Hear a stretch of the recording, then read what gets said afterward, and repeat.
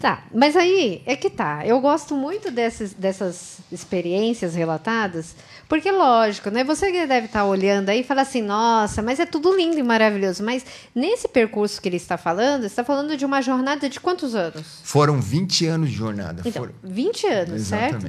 E aí, às vezes, o pessoal fala assim, foi da noite para o dia. Não, foram 20 anos construindo entre erros e acertos, altos e baixos, e muitos desafios, né, de superação. Muitos desafios. A gente estava no Brasil, faltava muito recurso o tempo todo. Olha só, vamos lá, vamos colocar... A primeira equipe de ilusionismo que eu tive aqui no Brasil foi a primeira equipe, não minha, mas a primeira equipe da história do Brasil. Ou seja, Uau. Não havia nenhum técnico, não havia nenhum produtor, não havia nenhum assistente de ilusionista aqui no país. Eu tive que formar um a um. E olha, assim, que eu acho que é uma história que é muito legal, que foi quando a pessoa fala, esse é ilusionismo ou mágica? Né? As pessoas perguntam. Eu vou falar o seguinte, em 93 aconteceu uma história. Só existia mágica, não existia ilusionismo. Né? Pode ver hoje, se você analisar hoje, os mágicos anunciam, né? Mesmo brasileiros, mágico e ilusionista. E o porquê disso? Eu vou explicar. Pode ver que antes de 1993 não existia nenhum nesses momentos de diferenciação mágica e ilusionismo. Pode ver, o cartão todo mundo era mágico. E o porquê que houve isso? Porque em 93 houve uma situação. Eu tentei vender um projeto, meu sonho era fazer ilusionismo, coisas grandes. E eu tentei vender um projeto onde eu levitava uma pessoa. Eu paguei muito caro por esse equipamento, eu construí esse equipamento no Brasil. Se eu trouxesse dos Estados Unidos, eu não ia ter fortuna, eu não ia ter recurso para pagar, e eu trouxe para cá. E eu fiz esse equipamento, eu construí esse equipamento. E o que aconteceu?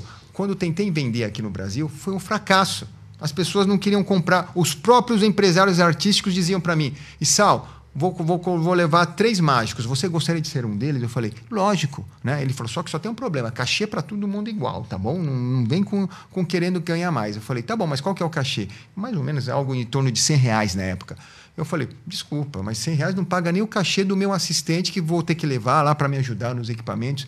E ele falou assim, olha, Issal, isso aí é problema teu. Né? Porque os outros 2 mágicos eles ganham R$100 e sobra dinheiro, porque eles fazem mágicas com baralho, mágicas com bolinhas de espuma, e você, né, quer inventar de fazer mágicas grandes, de levitar pessoas. Então o problema é só seu. Eu vou pagar R$100, se você quiser, tudo bem. E eu lembro muito bem que naquele momento eu queria pular no pescoço daquela pessoa, porque eu falei, cara, você está acabando com o meu sonho, e você não está colaborando com nada. Mas eu respeitei. Eu falei, foi aí que eu pensei, não é todo mundo que tem a mágica de pensar grande dentro de si. Não é todo mundo que pensa grande. Principalmente muitas vezes pessoas bem-sucedidas em suas áreas, acabam, em vez de pensar maior, eles pensam pequeno. Eles começam a pensar... Eles limitam aquilo que poderiam expandir de pensamento. Eles limitam porque eles ficam numa zona de conforto. Ou seja, não, meu mundo é esse, está ótimo. Não vem com coisas novas, não inventando história.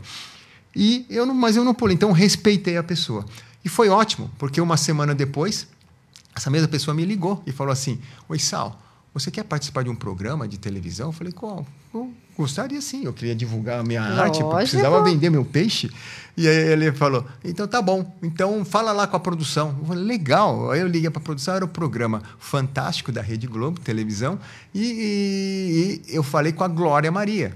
E ela falou para mim, Issal, você é um mágico, a gente vai fazer uma matéria, né? Aí eu entendi qual que é o teor da matéria. A matéria não era muito legal, era uma matéria sobre o Brasil passando por uma terrível crise financeira, 2.000% de inflação, e eles queriam mostrar que só mágico para sobreviver no país. Então era uma conotação completamente diferente. Né? Exato. Então a ideia era mostrar mágicos, né? Como eles sobreviviam aqui no país, e perguntavam se eu queria ser um desses mágicos. Eu falei, tá bom, mas ao mesmo tempo que eu pensei que era uma oportunidade negativa, eu também pensei, mas pode ser uma oportunidade positiva. Aí eu pensei, e se eu usasse essa oportunidade para me diferenciar?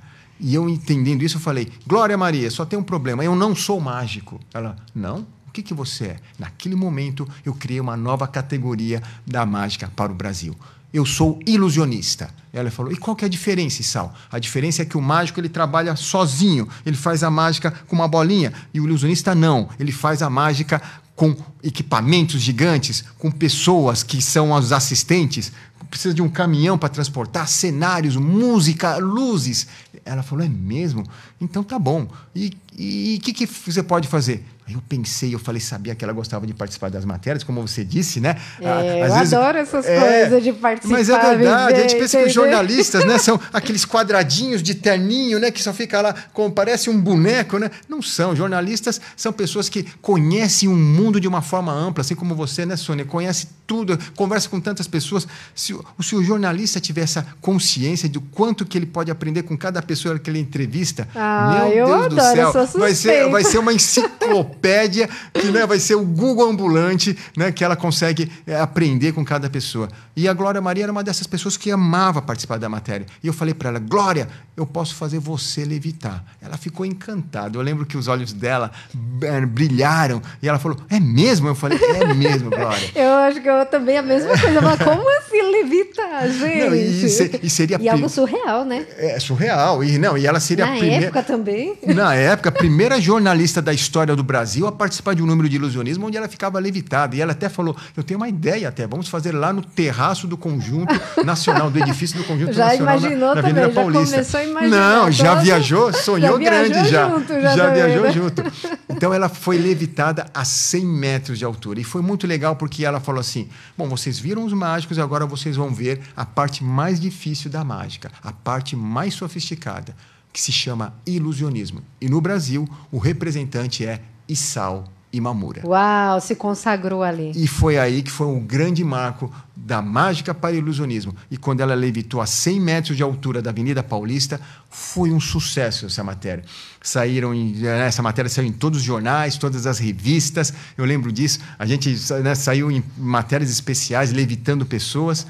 E assim foi que nós conseguimos fazer um grande barulho em cima de uma grande ideia. Ou seja, aquela mágica de pensar grande começou a se tornar realidade dentro da minha vida. Só que até então, Sônia, o que eu não tinha era recurso. Lembra que eu falei que como é que eu ia fazer alguma coisa grandiosa, né, sem recurso? E foi nesse momento que surgiu a grande oportunidade. Uma empresa, nos vendo lá nessa situação, ela ofereceu uma oportunidade. Ela queria lançar um produto. Lançar um produto, ela falou que já tinha feito de tudo para lançar produto. Desde o objeto sendo pendurado, ele entrando de helicóptero, entrando de todo jeito. E eu falei, e o que você quer que eu faça agora? A gente queria que você fizesse um projeto de ilusionismo para esse nosso produto aparecer de uma forma impactante diante das pessoas, diante dos jornalistas. Eu falei, legal. E qual que é o produto? Eles falaram, um caminhão de 7 toneladas. Uau! E eu falei, e agora? Nossa! E agora? A gente pensa que às vezes, né, era uma bolinha de espuma, mas aí que está a diferença. Quando você sonha, quando você tem um pensamento da mágica de pensar grande, você não está preocupado, né, em enfrentar situações ou congelar suas situações. Ah, não, por favor, que ele peça para eu fazer a bolinha de espuma. Não, você tem que estar com a mente aberta, né, para ver o que é que ele quer que você faça. E quando ele pediu isso, eu falei, ok. Né? Eu vou pela fé. Okay. Você está me pedindo porque... E vou falar... eu sou capaz. Mas, olha, agora uma coisa é a seguinte, Sônia. Imagina se alguém falar para você, Sônia, você vai ter que fazer aparecer um caminhão daqui a 1 mês, daqui a 30 dias, né? Foi esse? Foi rápido assim? Foi rápido assim. Este foi o prazo que foi dado para nós. E eu lembro muito bem que foi o que aconteceu o seguinte... Começamos a buscar referências, se tinha alguém que já tinha feito isso. Ninguém tinha feito isso aqui no Brasil. E no mundo, não tinha ninguém também que tinha feito a aparição de um caminhão no mundo. Muitos tinham feito o quê? A aparição de um carro, a aparição de algo muitas vezes cenográfico, mas não um caminhão real. De 7 toneladas. 7 toneladas. Então, a gente não tinha referência, Sônia. A gente tinha que criar do zero uma nova ideia. Né? Hoje em dia, não. A pessoa quer fazer qualquer coisa, vai lá, olha no Google, lá, ele sempre vai achar uma referência de alguma coisa que foi feita no mundo. Mas em 1993... nem tinha Google naquela época. Tinha. Pelo menos eu não tinha acesso a Google. Não, né? Eu acho que não tinha. Eu lembro que as coisas eram muito complicadas. O fax já era uma modernidade. Talvez muitos não sabem nem o que é fax, né? Fax é quando você recebia dados por um papel que era impresso por um telefone gigante que imprimia o que você queria de imagem. E foi assim.